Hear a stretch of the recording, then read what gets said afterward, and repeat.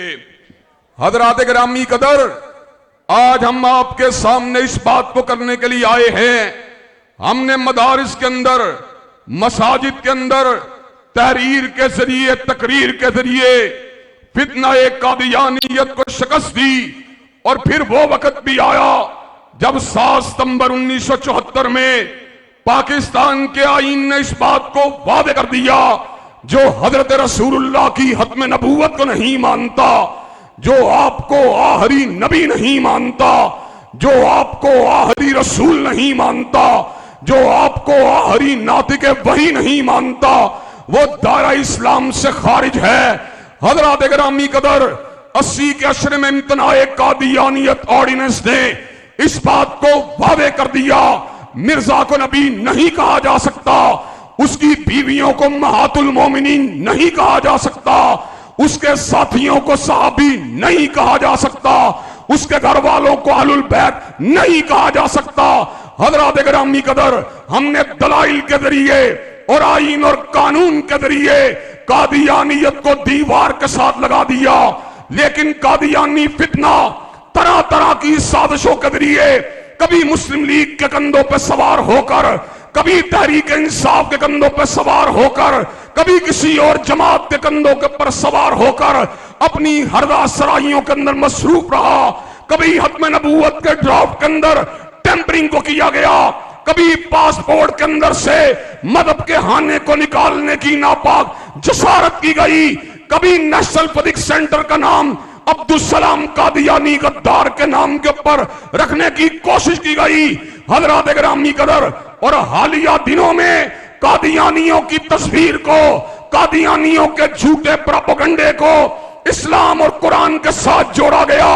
हजरात गिरामी कदर, पहले जनरल मुशर्रफ को पासपोर्ट के अंदर मदद के हाने की बहाली के हवाले से सर को झुकाना पड़ा, और इस दफा कादी फायद ईसा को अपने सर को गिराना पड़ा, और इस बात को वादे कर दिया गया, रूए जमीन के सारे जज, रूए जमीन के सारे सियासी रहनुमा, रूए जमीन के सारे इदारे अगर जमा हो जाएं, कमली वाले के जूते के तलवे का मुकाबला भी नहीं कर सकते।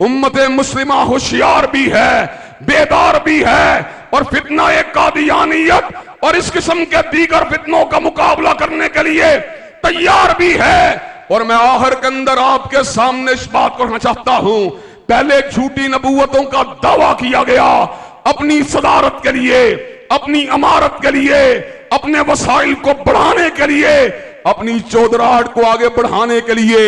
लेकिन अंग्रेजी इस्तिबदाद के दौर के अंदर झूठे नबी को अगर खड़ा किया गया तो सियासी इस्लाम को गिराने के लिए और जिहादी इस्लाम को मिटाने के लिए